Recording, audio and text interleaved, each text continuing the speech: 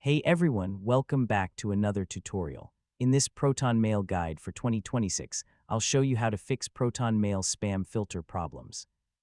If important emails are going to spam or unwanted messages keep showing up in your inbox, don't worry. Let's go through some quick fixes. First, open your spam folder and check if legitimate emails have been filtered there by mistake.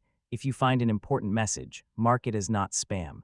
This helps Proton Mail improve future filtering. Next, add trusted senders to your contacts list. Emails from saved contacts are less likely to be flagged as spam.